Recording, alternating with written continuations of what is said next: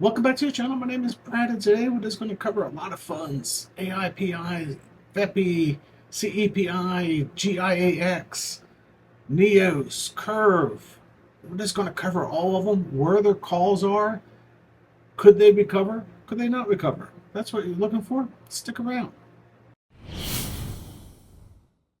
So my name is Brad, and I've been doing this for a few months now, and just none of this is financial advice, legal advice, or any other advice. We're just going to look at the calls, see where they are, and tell you approximately what they could do if the market turns around and recovers. First one we're going to look at is CEPI.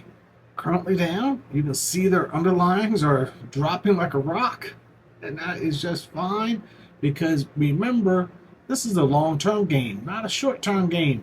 They're all out of the money except for Visa by a significant amount. Visa is only out of the money by almost 6% this morning. So if one of these things turn around and the market turns around, they have plenty of upside. Remember, they just rolled these calls and rewrote them. So we have until the end of March 21st, thereabouts, before they will do it again. Now on FEPI, we are looking at about the same thing. They're down. And you can see how today's going. A couple of them are treading water, but you can see most of their calls are 5, 7, 10, 11, 21% out of the money. And this just lets them have room to grow if the market turns directions. On AIPI, it's the same story, down. You can actually see since they did the changes, everything is down in price, and you can see how far everything is out of the money. So there is plenty of room for them to turn around and go up if the market changes directions. They will not get capped anytime soon. So now we're going to finish out looking at GIAX and where they ended up yesterday. Because yesterday, at the end of the day, their calls expired. So let's see what happened to them.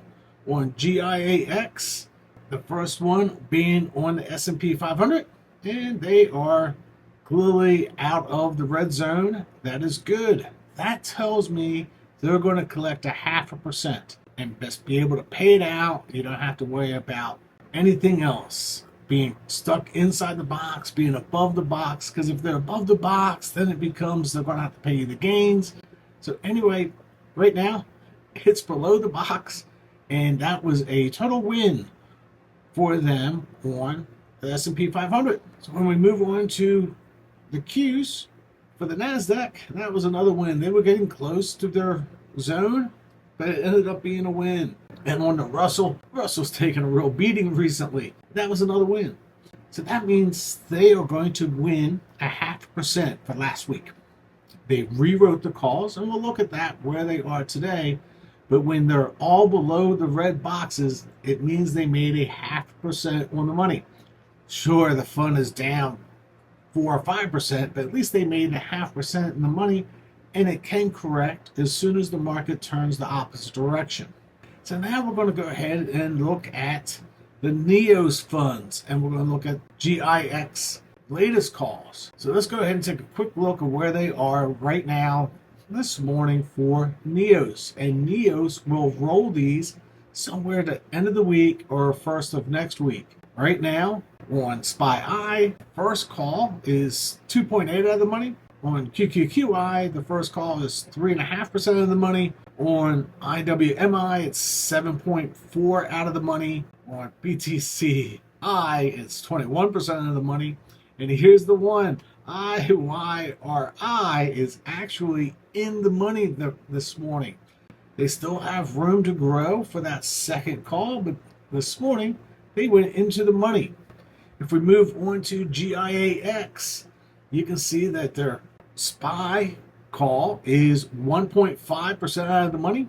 Their NASDAQ call is 2% out of the money, and their RUT is 0.7 out of the money. So you can see how that can grow in the next week, keeping in mind that they roll these calls or these spreads every single week. Right now, we are totally fine collecting another 0.5%, and maybe we can actually go up 1-2% in the next week and recover some of what we lost. You can see their underlines and exactly where their underlines are compared to the market. I'm showing daily price change as of this morning. Apple's up a little bit. So how does this look like on a graph? We're just going to run through these real quick and show you graphically what these look like. First one, you can see SPY is way out, and you can see where GIAX is. So hopefully we do a little bit of recovery or bottom out on SPY. On the NASDAQ, we got room to grow. So we will see if things turn around, if things don't turn around. You can see where QQQI is, well above. So we have plenty of room for QQQI to go up, and we have room for GIAX to go up. The Russell's not even close. IWMI is so far out of the money that we don't really have to worry about those getting into the money. And GIAX is a little bit closer, 0.75%. But will the Russell go up this week or down this week? Who knows? That's a guessing game. On BTCI, well, we're not even close on BTCI, and we're just going to collect our 25% and be happy about it. On IYRI, well, they went through the first strike, but you still see we have tons of room till we get to the second strike. And again, they don't rate on the full portfolio, so even if it goes through the second strike, we will still see gains. Now, the question really becomes when they roll next week, what they adjust it to. Because they'll roll either on Friday or Monday this week, or this week, next week, but we'll figure it out, and that'll be in the next video of their new calls.